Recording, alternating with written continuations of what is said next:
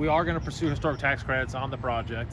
It is a contributing structure in the West Salem Historic District. The original building was built in 1939-ish, from what we can tell from aerials. Interestingly enough, that we found shattered roof tile on the ground that was handwritten May 2nd, 1928.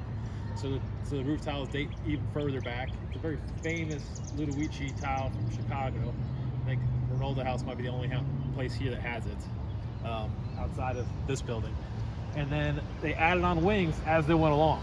So, but since it's all considered historic, we will pursue tax credits, and we will probably pursue a landmark designation because of its significant, long-term significance. Yeah, so one of the things that attracted us to the building is its proximity to Old Salem. I love Old Salem. I think it's a very, very unique spot, even nationwide. I mean, very few, I don't know of many places that really kind of artifact and restored their original kind of vertical settlement, development side. So, they get 440,000 people there a year, about on average, and there's nowhere for them to eat or drink or hang out, if they're looking for something like that. So that attracted us to this because of its proximity. It's right across the street. We will reopen that front door. That is the original front door. I mean, it's stuccoed over, but we'll reopen that, so we'll have a way to go from here to there. There's a lot of space planning going on for that side to make sure that doesn't feel like a back door, so it feels like, hey, this is a great way to come into the space, because through the years, essentially, it's morphed into the Poplar side being the entrance, because it's kind of a compound development. It wraps the whole block.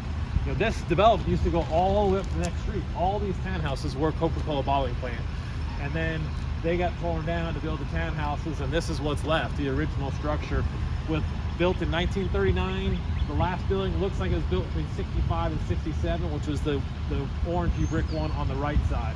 This cantilever part is really cool because this was built, looked like somewhere in the 50s to 60s. We don't know exactly yet. We're doing all the research, but that's glass on all three sides. You used to go on toll from old Winston people that used to go drive down Marshall Street 24 hours a day, and that's all lit up inside, and you see Coke bottles getting filled by machines, and all 24 hours a day. So it was sort of a landmark in how they did it, and Coke was very specific. I mean, that's a design spec that Coke stipulated to their bottling companies.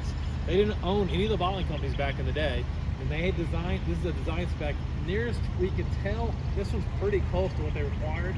Because they didn't own the bottling companies around the nation, you can see from pictures in other bottling companies where the owners tweaked it a little bit. Even that roof back in the day was expensive, so some people put flat roofs on. But you will see that sign, those windows, some will open like those, some will open awnings, some will open sideways. So some of the bottling operations did take some liberties. This one looks really close to what we can tell so far was very specific to what Coke mandated its bottling company.